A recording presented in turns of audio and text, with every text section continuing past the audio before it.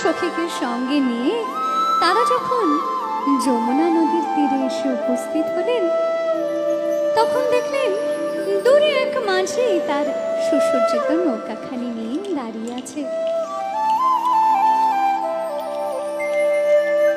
মাঝিকে দেখতে পেয়ে অত্যন্ত আনন্দের সহিত সখীগণ ডাকলেন, মাঝি, ও মাঝি, আমাদের পার করে দাও গো, বেলা যে বয়ে যায়।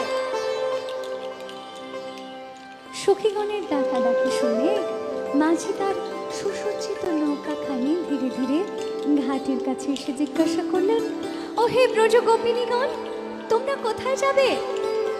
সখীগণ বললেন, আমরা মথুরার হাটে যাব গো, তাড়াতাড়ি পার করে দাও, দেখছো না কত বেলা হয়ে গেল। এই বলে তারা নৌকায় উঠতে গেলেন। সঙ্গে সঙ্গে মাঝি বাধা দিয়ে বলে, দাঁড়াও দাঁড়াও, করো কি? আমার নৌকায় পার হতে গেলে যে ঘাটের মাসুল আগে দিতে হয়। সখীগণ বললেন, বেশ, তা তোমার ঘাটের মাসুল কত? মাঝি বললেন, আমার ঘাটের মাসুল? বলি তাহলে শোনো। বলি শোনো, আনা দে না দিলে পার করে না,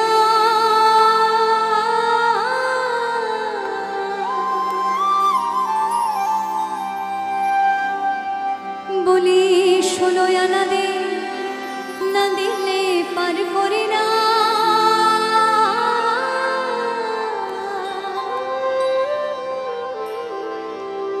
বলি আমারও সুন্দর নাও যেবায় আসে দেবাও, আমারও সুন্দর নাও যেবায় আসে দেবাও, আসিয়া গণ এসো লোক, আসিয়া গণ এসো লোক। বলো কি হে মাঝি, 2-1 পয়সার নিত্য পারাপার করি, আর তুমি কিনা বলছো 16 আনা? বেশ, আমরা না হয় 1 আনা দিব হে, 1 আনা দিব হে, দিব আমরা 1 আনা, করে আসি বেচা কেনা, দিব আমরা 1 আনা, করে আসি বেচা কেনা, 1 আনা দিব হে, তাড়াতাড়ি পার করো, 1 আনা দিব হে। স্বভাব চতুর মাঝি আমার এই 1 আনাকে বিশ্লেষণ করে বললেন, একা নাই, একা নাই কি নৌকা চালানো যায়? তাই তো তিনি বলছেন, আমি 1 আনায় পার করি না, আমি 1 আনায় পার করি না, দুজনায় নাই আসিলে 1 আনায় নাও চলে না, দুজনায় নাই আসিলে 1 আনায় নাও চলে না। সখীগণ বললেন, বেশ, তাহলে আমরা 2 আনা দেব। মাঝি বললেন, না, 3 আনা, তাতেও হবে না।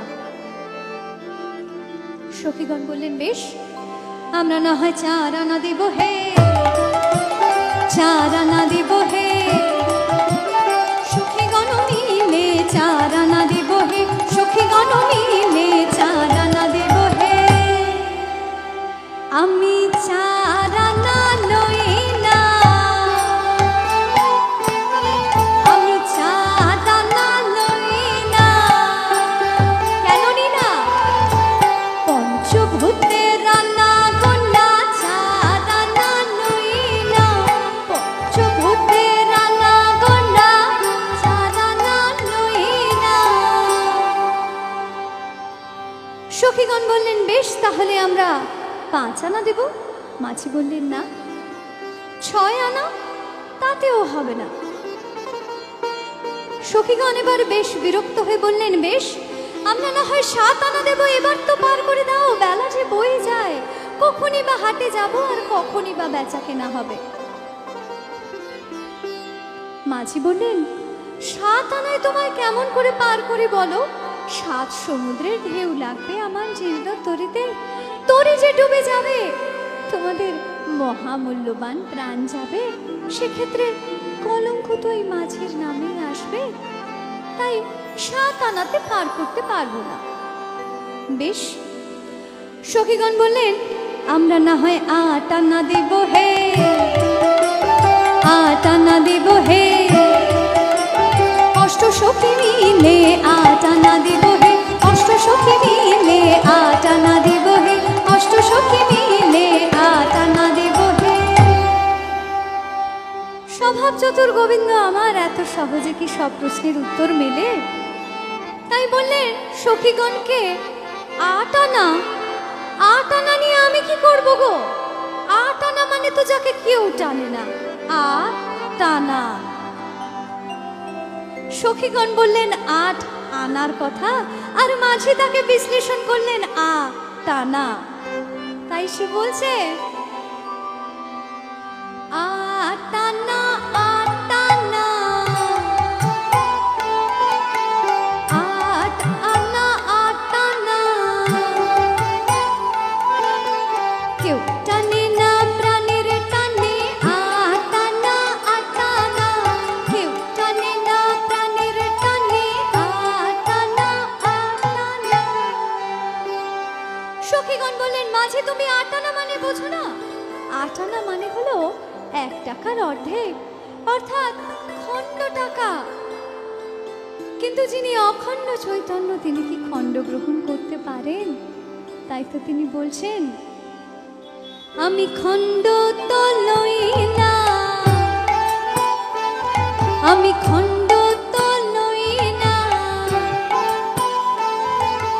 অখণ্ড চৈতন্য আমি খণ্ড তো লই না, অখণ্ড চৈতন্য আমি খণ্ড তো লই না। বেশ বিরক্ত হয়ে সখীগণ শেষমেশ বললেন, তাহলে আমরা 9 আনা দেব হে, 9 আনা দেব হে, ওহে ঘাটের 9 আনা বিক, 9 আনা দেব হে, ওহে ঘাটের 9 আনা বিক, 9 আনা দেব হে। গোবিন্দকে কিনা বললেন ঘাটের 9 নাবিক। তাও কি কখনো হয়? যিনি যুগে যুগে আমাদের পার করে আসছেন, তিনি কি ঘাটের 9 নাবিক হতে পারে? তাই তো গোবিন্দ আমার ওই 9 আনাকে বিশ্লেষণ করে বললেন 9 না।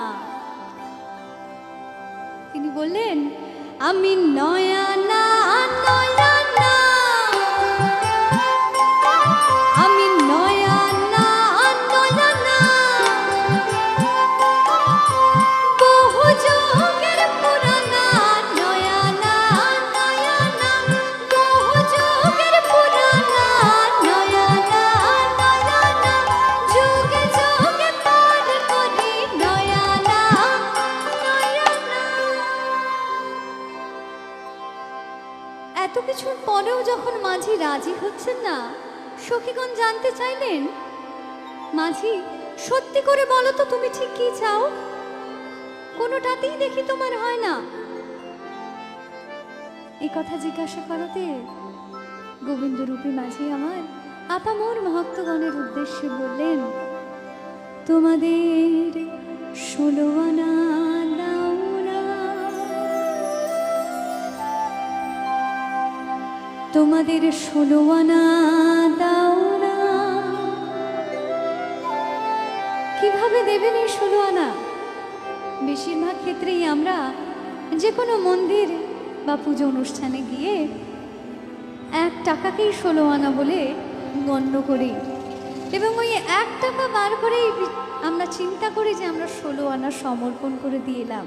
কিন্তু সত্যি কি গোবিন্দ এই 16 আনার কথা বলতে চেয়েছেন? তিনি বললেন, 10 এ 6 যোগ করে 16 আনা দাও না।